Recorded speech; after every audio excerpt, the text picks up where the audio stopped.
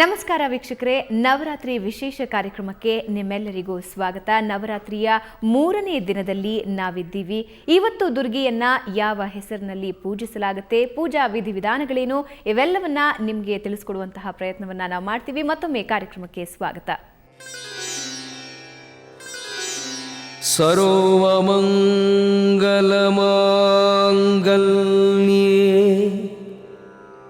ಶಿವೆ ಸರ್ವಾರ್ಥ ಸಾಧಿಕೆ ಶರಣ್ಯೇ ತ್ರ್ಯಂಬಕೆ ದೇವಿ ನಾರಾಯಣಿ ನಮೋಸ್ತುತೇ.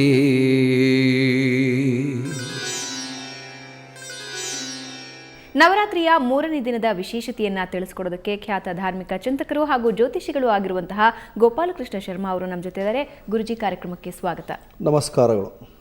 ನವರಾತ್ರಿ ಉತ್ಸವದ 3ನೇ ದಿನದ ಆಚರಣೆಯಲ್ಲಿ ನಾವಿದ್ದೀವಿ. ಪ್ರಮುಖವಾಗಿ ಆಕೆಯ ದುರ್ಗಾದೇವಿಯನ್ನ ಚಂದ್ರಘಂಟ ಅಂತ ಕರೀತಾರೆ. ಇದರ ವಿಶೇಷತೆ ಏನು?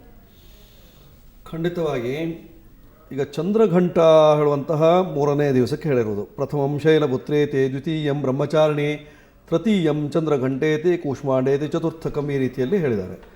ಈ ಕೆಲವರು ಏನು ಮಾಡ್ತಾರೆ ಅಂತಂದರೆ ಧೂಮ್ರಹ ಹೇಳುವಂತಹ ದೇವಿಯನ್ನು ಇವತ್ತಿನ ದಿವಸ ಪೂಜೆ ಮಾಡುವಂತಹ ಪದ್ಧತಿಯೂ ಇದೆ. ಅಂದರೆ ಒಂದೊಂದು ಸಂಪ್ರದಾಯದಲ್ಲಿ ಸಾಧಾರಣವಾಗಿ ಬೇರೆ ಬೇರೆ ರೂಪದಲ್ಲಿ ಅವಳನ್ನು ಕಾಣುವಂತಹ ಪದ್ಧತಿ. ಈ ಚಂದ್ರಘಂಟ ಹೇಳುವಂಥದ್ದು ಒಂದು ವಿಧಿಯ ಪ್ರಕಾರವಾಗಿ ಈಗ ಹೇಳಿರುವಂತಹ ಸಪ್ತಶತಿಯಲ್ಲಿ ಯಾವ ವಿಧಾನವನ್ನು ಹೇಳಿದಾರೋ ಅದೇ ರೀತಿಯಲ್ಲಿ ನಾನು ಹೇಳ್ತಾ ಇದ್ದೇನೆ. ಚಂದ್ರಘಂಟ ಹೇಳುವಂಥದ್ದು, ಈ ಚಂದ್ರಘಂಟ ಅಂತಂದರೆ ದೇವಿಯ ಸ್ವರೂಪದಲ್ಲಿ ತಲೆಯ ಭಾಗದಲ್ಲಿ ಅರ್ಧಚಂದ್ರವನ್ನು ಅರ್ಧಚಂದ್ರದ ಆಕೃತಿಯನ್ನು ಇಟ್ಟುಕೊಂಡು ಗಂಟೆಯ ಶಬ್ದ, ಇಲ್ಲಿ ಗಂಟೆಯ ಶಬ್ದ ಅಂದರೆ ನೂಪುರಾದಿಗಳ ಶಬ್ದ, ಖಾಲಿ ಗೆಜ್ಜೆಯನ್ನು ಕಟ್ಕೊಳ್ತಾರೆ, ಅದಕ್ಕೆ ನೂಪುರ ಅಂತ ಹೆಸರು. ಆ ನೂಪುರದಲ್ಲಿ ಗಂಟೆಯ ಆಕೃತಿಯಲ್ಲಿ ಇರ್ತದೆ. ಆ ಗಂಟೆಯ ಶಬ್ದ ಜಿಣಿ ಜಿಣಿ ಜಿಣಿ ಜಿಣಿಯಾಗಿ ಬರ್ತಾ ಇರ್ತದೆ. ಮತ್ತು ಕಾಲಿನ ಭಾಗಕ್ಕೂ ಸಹಿತ ಈ ಜಂಗಾಸ್ಥಳ ಅಂತ ಹೇಳ್ತದೆ. ಆ ಜಂಗಾಸ್ಥಳದಲ್ಲೂ ಸಹಿತವಾಗಿ ಗಂಟೆಯನ್ನು ಕಟ್ಟಿಕೊಂಡವಳು ಅಥವಾ ಕೈಗೆ ಗಂಟೆಯನ್ನು ಕಟ್ಟಿಕೊಂಡವಳು ಅವಳು ಯಾವಳಾಗಿರ್ತಾಳೋ ಅವಳು ಚಂದ್ರಘಂಟ ಹೇಳುವಂಥದ್ದು. ಚಂದ್ರ ಮತ್ತು ಗಂಟೆ ಇವು ಎರಡೂ ಶರೀರದಲ್ಲಿ ಇಟ್ಟುಕೊಂಡವಳು ಯಾವಳು, ಅವಳು ಚಂದ್ರಘಂಟಾ ದೇವಿ ಹೇಳುವಂಥದ್ದು. ಈ ರೂಪ ಬರೋದಕ್ಕೆ ಕಾರಣ ಏನು? ಖಂಡಿತವಾಗಿ ಈ ರೂಪ ಅಂತಂದರೆ ಈಗ ಚಂದ್ರನ ಪ್ರಭೆಯನ್ನು ಅರ್ಧಚಂದ್ರಾಕೃತಿಯಲ್ಲಿ ಈ ಬ್ರಹ್ಮಚಾರಿಣಿ ರೂಪ ಆದ ನಂತರದಲ್ಲಿ ಅವಳಿಗೆ ಏನಾಗುತ್ತೆ ಅಂದರೆ ಮನಸ್ಸಲ್ಲೇ ತವಕ ಏನು ಅಂದರೆ ಈಶ್ವರನ ಆದಷ್ಟು ಬೇಗನೆ ನಾನು ಸೇರಬೇಕು ಅನ್ನುವಂತಹ ತವಕ ಇರುತ್ತೆ. ಆ ತವಕ ಬಂದಂತಹ ಸಂದರ್ಭದಲ್ಲಿ ನಾರದರು ಬಂದು ಹೇಳಿದವರು ಈಗ ಈಶ್ವರನಿಗೂ ಸಹಿತವಾಗಿ ನಿನ್ನ ಮೇಲೆ ಪ್ರೀತಿ ಇದೆ, ಈಶ್ವರನ ಆರಾಧನೆಯನ್ನು ಇನ್ನೂ ಜಾಸ್ತಿಯಾಗಿ ಮಾಡು, ಈಶ್ವರನಿಗೆ ಶಬ್ದ ಬರುವ ಹಾಗೆ ಮಾಡು, ಈಶ್ವರನ ಸ್ವರೂಪವನ್ನು ನೀನು ಹೊತ್ತುಕೋ ಅಂತ. ಅಲ್ಲಿ ಈಶ್ವರನು ಸಹಿತವಾಗಿ ಅರ್ಧಚಂದ್ರಾಕೃತಿಯನ್ನು ಹೊತ್ಕೊಂಡಿರ್ತಾನೆ. ಅವನ ತಲೆಯ ಭಾಗದಲ್ಲಿ ಅರ್ಧಚಂದ್ರ ಇರ್ತದೆ. ಮತ್ತು ಚಂದ್ರನ್ನೇ ಕಣ್ಣಾಗಿ ಉಳ್ಳವನು ಈಶ್ವರನಾಗಿರ್ತಾನೆ. ಆ ಚಂದ್ರನ ಪ್ರಭೆಯು ಸದಾಕಾಲದಲ್ಲೂ ತನ್ನ ಮೇಲೆ ಇರಲಿ ಹೇಳುವಂತಹ ಭಾವನೆಯಿಂದ ಅರ್ಧಚಂದ್ರಾಕೃತಿಯನ್ನು ಇವಳು ತಲೆ ಮೇಲೆ ಇಟ್ಕೊಂಡಿರ್ತಾಳೆ. ಅದನ್ನು ನಾವು ನೋಡ್ತೇವೆ ರಾಜರಾಜೇಶ್ವರಿ ವಿಗ್ರಹದಾಗಲಿ ಅಥವಾ ಬಾಲತ್ರಿಪುರ ಸುಂದರಿಯ ವಿಗ್ರಹದಲ್ಲಾಗಲಿ ನಾವು ನೋಡ್ತೇವೆ ಅರ್ಧಚಂದ್ರವನ್ನು ತಲೆಯನ್ನು ಹೊತ್ತುಕೊಂಡಂತಹ ಸನ್ನಿವೇಶವನ್ನು. ಆನಂದರಲ್ಲಿ ಆ ಗಂಟೆಯ ಶಬ್ದ ಯಾಕೆ ಅಂತಂದರೆ ಸದಾಕಾಲದಲ್ಲೂ ಗಂಟೆಯ ನಾದ ಎಲ್ಲಿ ಇರ್ತದೆಯೋ ಆ ಭಾಗದಲ್ಲಿ ದೇವತಾ ಸಾನ್ನಿಧ್ಯ ಇರ್ತದೆ ಹೇಳುವಂಥದ್ದು ನಮ್ಮಲ್ಲಿ ಪ್ರತೀತಿ. ಆದ್ದರಿಂದಲೇ ದೇವಸ್ಥಾನಕ್ಕೆ ಹೋದ ನಂತರದಲ್ಲಿ ಗಂಟೆಯನ್ನು ಬಡಿಯೋದು ಅಥವಾ ಘಂಟಾನಾದವನ್ನು ಮಾಡೋದು, ಪೂಜೆಯ ಸಂದರ್ಭದಲ್ಲಿ, ಅಭಿಷೇಕದ ಸಂದರ್ಭದಲ್ಲಿ, ಮಹಾಮಂಗಳಾರತಿಯ ಸಂದರ್ಭದಲ್ಲಿ, ಪೂಜಾ ವಿಸರ್ಜನೆಯ ಸಂದರ್ಭದಲ್ಲೆಲ್ಲ ಗಂಟೆಯ ನಾದವನ್ನು ಮಾಡುವಂತಹ ಪದ್ಧತಿ ಇದೆ. ಹೀಗಾಗಿ ಆ ಗಂಟೆಯ ಶಬ್ದವನ್ನು ಮಾಡುವಂತಹ ಸಂದರ್ಭದಲ್ಲಿ ಆ ದೇವತೆಗಳ ಆವಾಸವಾಗ್ತದೆ. ಇಲ್ಲಿ ಪರಮೇಶ್ವರನ ಆವಾಸವಾಗ್ತದೆ. ಸಾಕ್ಷಾತ್ತಾಗಿ ಪರಮೇಶ್ವರನ ಅಂಶ ಇಲ್ಲಿ ಬರ್ತದೆ ಹೇಳುವಂಥ ಉದ್ದೇಶದಿಂದ ಈ ಚಂದ್ರಘಂಟೆ ಹೇಳುವವಳು ಅಂದರೆ ಪಾರ್ವತಿಯೇ ಆ ಚಂದ್ರಘಂಟ ಇದನ್ನೆಲ್ಲ ಕಟ್ಟಿಕೊಂಡು ನೂಪುರಾದಿಗಳನ್ನೆಲ್ಲ ಹಾಕ್ಕೊಂಡು ಅಂದರೆ ಮಧುವಣಗಿತ್ತಿ ಯಾವ ರೀತಿಯಲ್ಲಿ ಪಡ್ತಾಳೋ ಅದೇ ರೀತಿಯಲ್ಲಿ ಅಲಂಕಾರ ಮಾಡಿಕೊಳ್ಳುವಂಥ ಒಂದು ಸನ್ನಿವೇಶಕ್ಕೆ ಚಂದ್ರಘಂಟ ಅಂತ. ಅಂದ್ರೆ ಶಿವನೇ ತನ್ನ ಪತಿ ಅಂತ ಗೊತ್ತಾದ ನಂತರ ಆಕೆ ತನ್ನನ್ನು ತಾನು ಅಲಂಕರಿಸಿಕೊಂಡಿರುವಂತಹ ಸನ್ನಿವೇಶಕ್ಕೆ ಚಂದ್ರಘಂಟ ಅಂತ ಹೆಸರು. ಈ ಚಂದ್ರಘಂಟಾದಲ್ಲಿ ಒಂದು ವಿಶೇಷತೆ ಇದೆ. ಯಾಕೆಂತಂದರೆ ಈಗ ಇಲ್ಲಿ ಗೌರವರ್ಣದ ಸೀರೆಯನ್ನು ಹುಟ್ಟಿದ್ದು ಇದು ಆಯಿತು, ಆನಂತರದಲ್ಲಿ ಬ್ರಹ್ಮಚಾರಿ ರೂಪವೂ ಆಯಿತು. ಆನಂತರದಲ್ಲಿ ಇಲ್ಲಿ ಏನು ಹಾಗಿದ್ರೆ ಹಸಿರು ಬಣ್ಣದ ಸೀರೆಯನ್ನು ಹುಟ್ಟವಳಾಗಿರ್ತಾಳೆ ಈ ಚಂದ್ರಘಂಟ ಇದರಲ್ಲಿ. ಯಾಕೆಂದರೆ ಇಲ್ಲಿ ಒಂದೊಂದು ರೀತಿಯಲ್ಲೂ 9 ದಿವಸವೂ ಸಹಿತವಾಗಿ ಒಂದೊಂದು ರೀತಿಯ ಸೀರೆಯನ್ನು ಉಟ್ಟು ಒಂದೊಂದು ರೀತಿಯಲ್ಲಿ ಅಲಂಕಾರವನ್ನು ಮಾಡಿಕೊಂಡಿರುವಂತಹ ಸನ್ನಿವೇಶವನ್ನು ನಾವು ನೋಡೋದು. ಇವತ್ತಿನ ದಿವಸ ಹಸಿರು ಬಣ್ಣದ ಸೀರೆಯನ್ನು ಉಟ್ಟಿರುವಂತಹದ್ದು ಚಂದ್ರಘಂಟೆಗೆ ವಿಶೇಷವಾಗಿರುವಂಥದ್ದು ಒಂದು. ಇನ್ನು ಎರಡನೇದಾಗಿ ಅವಳಿಗೆ ಪುಷ್ಪಮಾಲೆಯನ್ನು ಹಾಕ್ಕೊಂಡಿರುವಂಥದ್ದು. ಇವತ್ತು ಜಾಜಿ ಪುಷ್ಪ ಅಂದರೆ ಬಹಳ ಪ್ರೀತಿಯಾಗಿರುವಂಥದ್ದು. ಜಾಜಿ ಪುಷ್ಪದ ಮಾಲೆ ಹಾಕ್ಕೊಂಡಿರುವಂಥದ್ದು. ಜಾಜಿ ಹೇಳುವಂಥದ್ದು ವಿಶೇಷವಾಗಿ ಸುವಾಸನಾ ಭರಿತವಾದಂಥ ಒಂದು ಹೂವು. ಆ ಹೂವಿನ ಮಾಲೆಯನ್ನು ಹಾಕ್ಕೊಂಡಿರುವಂಥದ್ದು. ಮತ್ತು ಜಾಜಿ ಪುಷ್ಪದಿಂದ ಅವಳಿಗೆ ಅರ್ಚನೆಯನ್ನು ಮಾಡೋದ್ರಿಂದಲೂ ಸಹಿತವಾಗಿ 3ನೇ ದಿವಸ ಈ ಚಂದ್ರಘಂಟಾದೇವಿಗೆ ತುಂಬ ಪ್ರೀತಿಯಾಗಿರ್ತದೆ. ಇದು ಒಂದು ತಾಮಸ ಸ್ವರೂಪ, ಅಂದರೆ ದೇವಿಯ ಸ್ವರೂಪವೇ ಒಂದು ರೀತಿ ತಾಮಸವಾಗಿರ್ತದೆ ಅಂತ. ಚಂದ್ರಘಂಟೆ ಹೇಳಿದ ತಕ್ಷಣ ತಾಮಸ ಹೇಳುವಂಥದ್ದು ನಮಗೆ ಕಂಡು ಬರ್ತದೆ. ಅಂದರೆ ಕಾಳಿಯ ತಾಮಸ ವಿಧಾನದಲ್ಲಿ ಬರುವಂಥ ಇದು ಚಂದ್ರಘಂಟೆ ಹೇಳುವಂಥವಳು. ಇವಳಿಗೆ ಕಾಳಿ ಮಹಾಕಾಳಿ ಭದ್ರಕಾಳಿ ಕಪಾಲಿನಿ ಕುಲಂಚ ಕುಲಧರ್ಮಂಚ ಮಾಂಚಪಾಲಯ ಪಾಲಯ ಅಂತ ಕಾಳಿಯ ಸ್ವರೂಪದಲ್ಲಿ ಹೇಳ್ತಾರೆ. ಅಂದರೆ ಏನು, ಕುಲವನ್ನು ರಕ್ಷಣೆ ಮಾಡು, ಕುಲ ಧರ್ಮವನ್ನು ರಕ್ಷಣೆ ಮಾಡು. ನಾವು ಒಂದು ಧರ್ಮವನ್ನು ಇಟ್ಕೊಂಡಿರ್ತೇವೆ, ಆ ಧರ್ಮವನ್ನು ರಕ್ಷಣೆ ಮಾಡು. ಮಾಂಚಪಾಲಯ ಪಾಲಯ ಅಂದರೆ ಏನು, ನನ್ನನ್ನೂ ರಕ್ಷಣೆ ಮಾಡು, ನನ್ನ ಜೊತೆಗೆ ಇರುವವರನ್ನು ರಕ್ಷಣೆ ಮಾಡು ಹೇಳುವಂಥದ್ದು. ಅಂದರೆ ಒಂದು ಕುಟುಂಬದಲ್ಲಿ ನಾವು ಆರಾಧನೆ ಮಾಡುವಾಗ ನಮ್ಮೆಲ್ಲರನ್ನು ರಕ್ಷಣೆ ಮಾಡುವಂತಹ ಸ್ವರೂಪವುಳ್ಳದ್ದಾಗಿರ್ತದೆ ಅಂತ. ಹೀಗಾಗಿ ಅವಳಿಗೆ ಅದಕ್ಕಾಗಿ ಚಂದ್ರಘಂಟ ಆಳುವಂಥ ಹೆಸರು ಬಂತು ಅಂತ. ಕುಲವನ್ನೆಲ್ಲ ರಕ್ಷಣೆ ಮಾಡುವಂಥದ್ದು. ತಾಮಸ ಸ್ವರೂಪದಲ್ಲಿದ್ದರೂ, ಕಾಳಿಯ ವೈಭವವನ್ನು ಹೊತ್ತುಕೊಂಡಿದ್ದರು, ಕಾಳಿಯ ಸ್ವರೂಪದಲ್ಲಿದ್ದರೂ ಸಹಿತವಾಗಿ ಈ ಗಂಟೆ ಮತ್ತು ಚಂದ್ರ ಪ್ರಧಾನ ಇಲ್ಲಿ. ಪ್ರಮುಖವಾಗಿ ಹಸಿರು ಬಣ್ಣದ ವಿಶೇಷತೆ ಏನು? ಈ ಹಸಿರು ಬಣ್ಣದ ಸಂಕೇತ ಅಂದರೆ ವಿಶೇಷವಾಗಿ ಈಗ ನೋಡಿ, ಉದಾಹರಣೆಗೆ ಒಂದು ಮರ ಚಿಗುರದಾಗಿ ಯಾವ ಬಣ್ಣ ಇರ್ತದೆ? ಹಸಿರು ಬಣ್ಣದ ಎಲೆಯಾಗಿರ್ತದೆ. ಹಸಿರು ತಳಿರು ತೋರಣ ಅಂತ. ಈಗ ತಳಿರನ್ನಾಗಲಿ ತೋರಣವನ್ನಾಗಲಿ ಮನೆಯ ಬಾಗಿಲಿಗೆ ಹಾಕಿದಾಗ ಅಲ್ಲಿ ತಳಿರು ಅಂದರೆ ಇಲ್ಲಿ ಬಾಳೆಯ ಗಿಡ, ಅದು ತೋರಣ ಅಂತಂದರೆ ಈ ಮಾವಿನ ಸೊಪ್ಪು.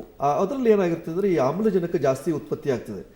ಅದರ ಮನೆಯ ಬಾಗಿಲಲ್ಲಿ ನಾವು ಇಟ್ಟಾಗ ನಮ್ಮ ಮನೆಯಲ್ಲಿ ಆಮ್ಲಜನಕದ ಅಂಶ ಜಾಸ್ತಿ ಆಗಿರಲಿ, ನಮಗೆ ಸದಾಕಾಲದಲ್ಲೂ ಆರೋಗ್ಯವನ್ನು ಕೊಡಲಿ ಹೇಳುವಂಥ ಸೂಚನೆಯಾಗಿರುವಂಥದ್ದು. ಈ ಹಸಿರು ಸಂಕೇತವು ಹಾಗೆ ಆಗಿರ್ತದೆ.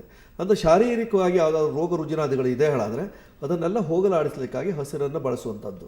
ಹಿಂದೆಲ್ಲ ನೋಡಿ, ದಾನವನ್ನು ಕೊಡುವಂತಹ ಸಂದರ್ಭದಲ್ಲಿ ಹಸಿರು ಸೀರೆ ಅಥವಾ ದೇವಿಗೆ ಉಡಿಸುವಂಥ ಸಂದರ್ಭದಲ್ಲಿ ಹಸಿರು ಸೀರೆಯನ್ನು ಉಡಿಸೋದು, ಅಥವಾ ಬಾಗಿನದಲ್ಲಿ ಕೊಡುವಾಗ ಹಸಿರು ಬಾಗಿನವನ್ನು, ಹಸಿರು ಸೀರೆಯ ಬಾಗಿನ ಅಥವಾ ಹಸಿರು ಬ್ಲೌಸ್ ಪೀಸನ್ನು ಇಟ್ಟು ಬಾಗಿನ, ಹಸಿರು ಕಣವನ್ನು ಇಟ್ಟು ಬಾಗಿನವನ್ನು ಕೊಡೋದು, ಇವೆಲ್ಲ ಪದ್ಧತಿ ಇತ್ತು.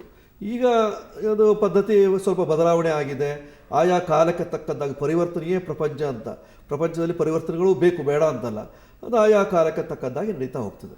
ಈಕೆಗೆ ಎಷ್ಟು ಭುಜಗಳು ಗುರುಜಿ? ಮತ್ತೆ ಈಕೆ ತ್ರಿನೇತ್ರವನ್ನು ಹೊಂದಿದ್ದಾಳೆ ಅಂತ ಹೇಳಿ? ಖಂಡಿತವಾಗಿಯೂ. ಯಾಕೆಂದರೆ ಈಗ ಇವಳು ಚತುರ್ಭುಜ, 4 ಭುಜವುಳ್ಳವಳು ಅಂತ ಹೇಳಲ್ಪಡ್ತದೆ. ಚಂದ್ರಘಂಟ ಒಂದು ಕೈಯಲ್ಲಿ ಗಂಟೆಯನ್ನು ಹಿಡಿದುಕೊಂಡು, ಒಂದು ಕೈಯಲ್ಲಿ ತ್ರಿಶೂಲವನ್ನು ಹಿಡಿದುಕೊಂಡು, ಮತ್ತೊಂದು ಕೈಯಲ್ಲಿ ಖಡ್ಗವನ್ನು ಹಿಡಿದುಕೊಂಡು, ಮತ್ತೊಂದು ಕೈಯನ್ನು ಆಶೀರ್ವಾದ ರೂಪವಾಗಿ ಹಿಡಿದವಳು ಚಂದ್ರಘಂಟ ಹೇಳುವಂಥದ್ದು. ತ್ರಿನೇತ್ರೆ ಅಂದರೆ 3ನೇ ಇದು ಅಗ್ನಿ ಸ್ವರೂಪವಾಗಿರ್ತದೆ ಅಂತ. ಒಂದು ಬಲಗಣ್ಣನ್ನು ಸೂರ್ಯನನ್ನಾಗಿಯೋ, ಎಡಗಣ್ಣನ್ನು ಚಂದ್ರನನ್ನಾಗಿಯೋ, 3ನೇ ಕಣ್ಣನ್ನು ಅಗ್ನಿ ಸ್ವರೂಪವಾಗಿಯೋ ಇಟ್ಟುಕೊಂಡಂಥವಳು ಚಂದ್ರಘಂಟ ಹೇಳುವಂಥವಳು. ಹೀಗಾಗಿ ಚಂದ್ರಘಂಟೆಗೆ ಒಂದು ವಿಶೇಷವಾದಂತಹ ಒಂದು ವ್ಯಕ್ತಿತ್ವ ಇದೆ. ಅಲ್ಲದೆ ಈಕೆ ಸಿಂಹವಾಹಿನಿ ಅಂತ ಕೂಡ ಹೇಳಲಾಗತ್ತೆ. ಶಿವನನ್ನ ವರಿಸೋದಕ್ಕೆ ಆತನೇ ನನ್ನ ಗಂಡ ಅಂತ ಗೊತ್ತಾಗಿ ಅಲಂಕಾರಿ ಸ್ವರೂಪಳು ಹೌದು, ಆದರೆ ಸಿಂಹವಾಹಿನಿಯೂ ಹೌದು. ಹೇಗೆ? ಅಲ್ಲ, ಖಂಡಿತವಾಗಿ. ಯಾಕೆಂದರೆ ಈಗ ಪ್ರತಿಯೊಂದು ದೇವತೆಗಳು ಸಹಿತವಾಗಿ ನೋಡಿ, ಈಗ ವೃಷಭ ವಾಹನ ಅಂತ ಹೇಳ್ತೇವೆ ಈಶ್ವರನಿಗೆ, ಗರುಡ ವಾಹನ ಹೇಳಿ ವಿಷ್ಣುವಿಗೆ ಹೇಳ್ತೇವೆ, ಹಂಸ ವಾಹನ ಹೇಳಿ ಬ್ರಹ್ಮನಿಗೆ ಹೇಳ್ತೇವೆ, ಈಗ ಮೂಷಿಕ ವಾಹನ ಹೇಳಿ ಗಣಪತಿಗೆ ಹೇಳ್ತೇವೆ, ಮಯೂರ ವಾಹನ ಹೇಳಿ ಸುಬ್ರಹ್ಮಣ್ಯನಿಗೆ ಹೇಳ್ತೇವೆ. ಅಂದರೆ ಎಲ್ಲ ದೇವತೆಗಳು ಸಹಿತವಾಗಿ ವಾಹನ ಪ್ರಿಯರು. ಇವಳು ದೇವತೆ, ಪಾರ್ವತಿ ಹೇಳುವವಳು ದೇವತೆಯೇ. ಹಿಂದಿನ ಇದರಲ್ಲಿ ಏನೋ ದಾಕ್ಷಾಯಿಣಿ ಆಗಿದ್ಲು. ಹೀಗಾಗಿ ಈ ಇದರಲ್ಲಿ ಪಾರ್ವತಿ. ಈ ಪಾರ್ವತಿಗೆ ಸಿಂಹವಾಹಿನ ಅಥವಾ ವ್ಯಾಘ್ರವಾಹಿನಿ, ಕೆಲವು ಇದರಲ್ಲಿ ವ್ಯಾಘ್ರವನ್ನು ತೋರಿಸ್ತಾರೆ, ಕೆಲವರಲ್ಲಿ ಸಿಂಹವನ್ನು ತೋರಿಸ್ತಾರೆ. ಅಂದರೆ ಸ್ವಲ್ಪ ಉಗ್ರವಾದಂತಹ ವಾಹನ ಉಳ್ಳವಳು ಯಾವಳು? ಅವಳು ಪಾರ್ವತಿಯಾಗಿದ್ದಾಳೆ, ದುರ್ಗಿಯಾಗಿದ್ದಾಳೆ. ಅಂದರೆ ಈ ದುರ್ಗಾ ಸ್ವರೂಪದಲ್ಲಿ ಇರುವವಳೇ ಇವಳು ಪಾರ್ವತಿ. ಅಂದರೆ ಮುಂದೆ ದುರ್ಗಿ ಆಗ್ತಾಳೆ, ಆ ವಾಹನಾದಿಗಳೆಲ್ಲ ಬರುವುದು ಆಮೇಲೆ. ಆದರೂ ಸಹಿತವಾಗಿ ಪಾರ್ವತಿಯ ಸ್ವರೂಪದಲ್ಲಿ ಇವಳನ್ನು ನೋಡೋದ್ರಿಂದ ಇವಳಿಗೆ ಸಿಂಹವಾಹಿನಿಯಾಗಿ ತೋರಿಸ್ತಾರೆ ಅಷ್ಟೇ. ಅಲ್ಲದೆ ಪ್ರಮುಖವಾಗಿ ದೇವಾಲಯಗಳಲ್ಲಿ ಹರಕೆ ತೀರಿಸೋ ಸಂದರ್ಭದಲ್ಲಿ ಈ ಹರಕೆ ವಿಷಯಕ್ಕೆ ಸಂಬಂಧಪಟ್ಟಂತೆ ಇವತ್ತಿನ ದಿನದ ವಿಶೇಷತೆ ಏನು?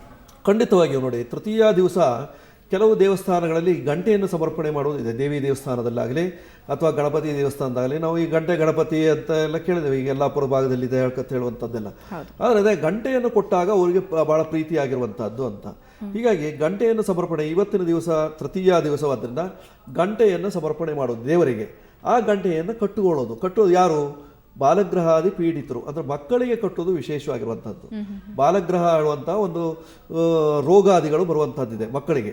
ಅದು ಜನ್ಮಾಂತರೀಯವಾಗಿ ದುರ್ಮರಣದಲ್ಲಿ ಹೋದಂತಹ ಪ್ರೇತಾದಿಗಳಿದ್ದರೆ ಆ ಪ್ರೇತಾದಿಗಳ ತೊಂದರೆಯಿಂದ ಬಾಲಗ್ರಹ ರೂಪದಲ್ಲಿ ಮಕ್ಕಳಿಗೆ ಬಾಲಗ್ರಹ ರೂಪದಲ್ಲಿ ತಾಗ್ತದೆ ಅಂತ. ಇದ್ರ ಬಗ್ಗೆ ನಿಮ್ಮ ಜೊತೆ ಇನ್ನಷ್ಟು ಮಾತಾಡ್ತೀನಿ. ವೀಕ್ಷಕರೇ, ಚಂದ್ರಘಂಟಾ ದೇವಿಯ ರೂಪದಲ್ಲಿ ಆರಾಧನೆಯನ್ನ ಮಾಡುವಂತಹ 3ನೇ ದಿನದ ಬಗ್ಗೆ ನಾವು ಮಾತಾಡ್ತಾ ಇದ್ವಿ. ಅಲ್ಲದೆ ಗುರುಜಿ ಹೇಳಿದ ಹಾಗೆ ಆಕೆಯನ್ನ ಧೂಮ್ರ ರೂಪವಾಗಿ ಕೂಡ ಪೂಜಿಸ್ತಾರೆ. ಘಂಟಾಗ್ರೇ ಬ್ರಹ್ಮದೈವತ್ಯಂ, ಮುಕುಟೆ ಗರುಡಸ್ತಥ, ನಾದೇ ಸರಸ್ವತಿ ದೇವಿ, ನಾಲೆ ನಾಗಾದ್ವಿದೈವತ್ವ. ಆ ನಾರದಲ್ಲಿ 2 ನಾಗಗಳಿರ್ತವಂತೆ, ನಾಗ ಮತ್ತು ನಾಗಿಣಿಯರು ಹೇಳುವಂತ 2 ದೇವತೆಗಳಿರ್ತದೆ.